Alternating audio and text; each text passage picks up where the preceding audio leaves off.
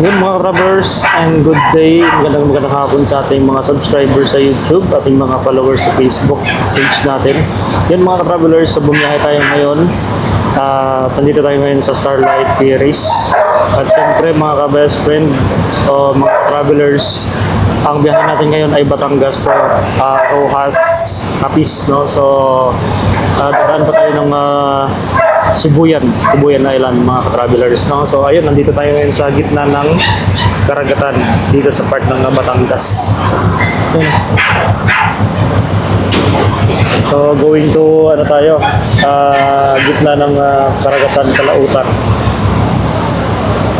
Ayan, so 12 hours ata estimated na biyahe natin dito from Batangas to Roas City o Roas Port.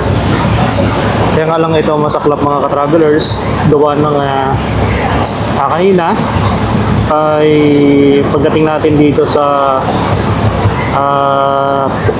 port ng Batangas mga ka-travelers, ay siyempre sinasakay natin ng ating sasakyan dito sa taas ng barko mga ka-travelers, no? And nakabook na tayo ng online na ticket, online na booking din, na nagbayad na tayo dun sa may office ng Starlight, and then yung aso natin binayaran din ng for travel, and kinuhaan din ng permit yung ating alagang aso mga travelers. And then yung mga passenger natin na pito ay meron na ring mga ticket. Actually magkakamag-anak lang namin kami mga ka-travelers, and ang dadala namin sasakyan ay yung MG na crossover mga ka-travelers. Ganito nangyari, pagdating namin dito sa Pantalan sa port, nag-wait kami ng dumating kami dito 2 p.m. Nag-wait kami ng ilang oras dito sa port ng Batangas, and then after 3 p.m. pumasok na kami dito sa mismong pasukan itong barko o ng sasakyan na magsasampa na dito sa loob ng barko mga ka-travelers.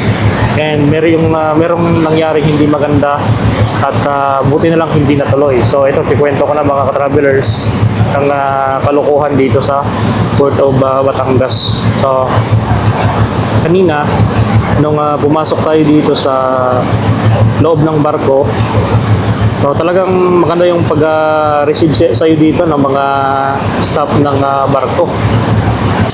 Pagpasok natin, yung pag-assist nila ng ating sasakyan sa parking, pag-aayos ng sasakyan ay napakaganda. Merong respetado, merong respect, merong tinatawag na formal, no? At mababait yung mga staff dito. So ang hindi ko lang nagustuhan, ito, ikwento ko na sa inyo mga travelers, no?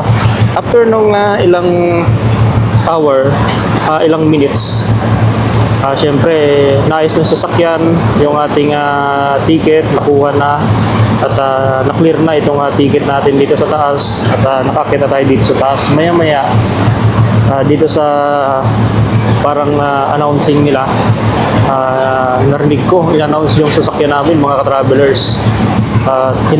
Tinawag yung plate number MG, ganitong sasakyan, plate number, and yun, dali-dali ako pumunta doon sa ibaba.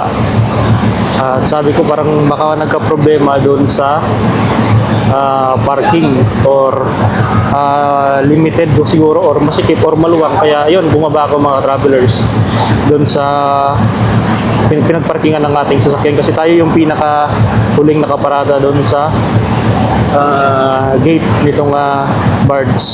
So yun nga, nung pagbaba natin doon, wala namang problema. And may nagsabi sa akin doon na nag-aayos o yung parang parking staff nila, o nag-arrange ng parking. Sabi niya, boss, tawag po kayo ng Coast Guard. Yun, nung lumapit ako doon sa Coast Guard, dali-dali naman ako kung anong problema. Nagsabi, may isang Coast Guard na parang nagsusupervise ata yun siya dun sa mismong entry ng mga truck at ng mga sasakyan na pumapasok dito sa barko, kasi siya yung mga tumitingin, nag-supervise. Yun nga, sabi niya sa akin, boss, sir, alam niyo na po ba yung obligasyon nyo? So napaisip ako mga traveler, sabi ko, anong obligasyon to? Anong obligasyon to? Tapos sinagot ko siya mga traveler, sabi, boss, anong obligasyon yon? Sabi niya, yung alam niyo na. So, nasiisip ko mga travelers, parang potong o yung tawag nito, parang lagay. So, maya-maya may lumapit na isang lalaki, driver din ng pick-up. At nag-abot ng 1,000 doon sa Coast Guard mga ka-travelers. Nung inabot doon sa Coast Guard, ay sabi ko, talagang matindi yung kalakaran dito sa port ng Batangas. So, Starlight yung sinakyan namin mga ka-travelers, no? So, nag-abot yung isang naka-private car ng 1,000. Siguro na na-convince niya na magbigay. So, sabi ko naman, tinanong niya, sabi niya sa akin, saan ka ba nagtatrabaho, sir? Sabi niya sa akin, tapos sagot ko sa kanya, sa gobyerno rin ako nagtatrabaho, sir. Yay, sa gobyerno. Sabi niya, sige, tuloy-tuloy. So, ibig sabihin mga ka-travelers, itong staff ng Coast Guard ay nangungutong dito sa mga private car, no? So yung siguro yung pagkakataon na yon, kasi kami yung pinakalas na umakyat dito eh. So natiktikan siguro kami at kami yung napag-anuhan niya. Pero nung nalaman niya na sa gobyerno rin nagtatrabaho, wala siyang marami ng salita. So sabi niya okay na, umalis na. Sabi niya, tuloy na po kayo, sabi niya. So ayan, Coast Guard dito sa Batangas, sana supervise niyo yung mga tao niyo. Kasi yan pala yung ginagawa nila dito ng pangungutong dito sa port, no, sa mga private at sa tingin nila ay makaya-kaya nila. So ayan, at least alam niyo na rin yung problema dito, no, Coast Guard Batangas. Yan, asikasuhin niyo po yan kasi kahiyan po ng agency niyo yan. Yung ganyang pangyayari, no. Marami na palang pagkakataon na ginagawa nila yun dito. So nagtanong-tanong na rin tayo dito sa mga kakilala natin, no, ayan. Marami nang nangyaring ganyang senaryo, no? Potong o naglalagay. So mali po yun. So sana makorek ng yan, masilip yan ng Coast Guard. Grabe. So malaking perwisyo yan sa mga bumabiyahe, gawa ng nandun na kami sa taas. Tinawag pa kami pa ibaba, wala namang palang problema sa sasakyan. So yung isang kasama natin ay napilitan. So nagbigay siya ng 1,000.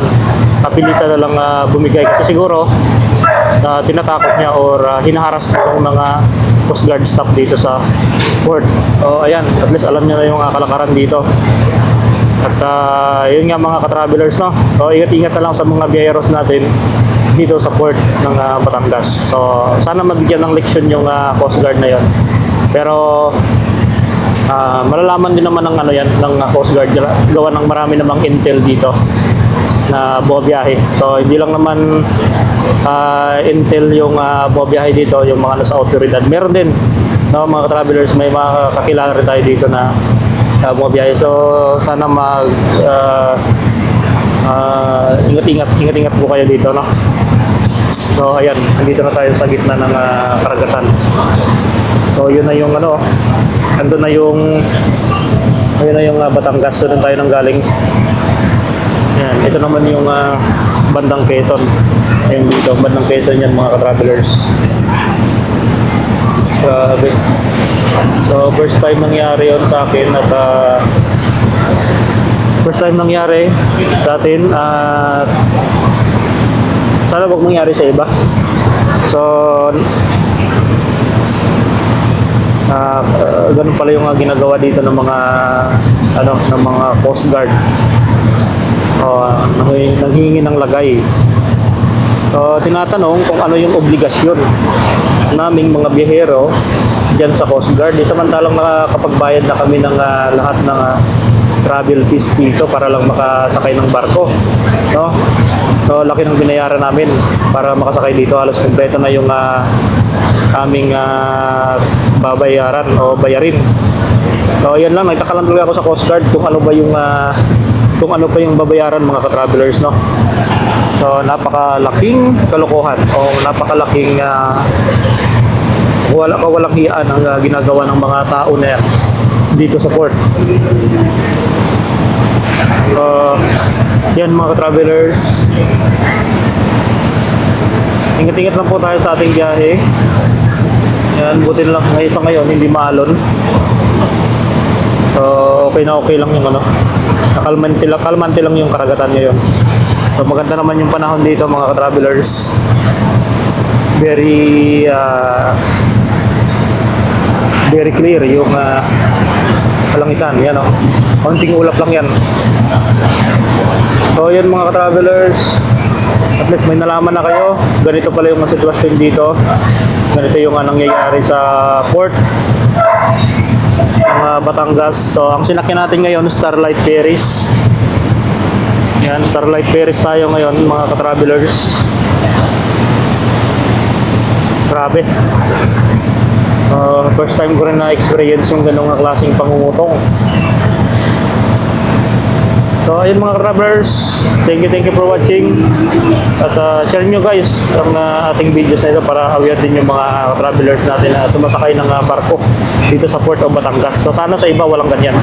Ayun, thank you guys for watching. Thank you very much.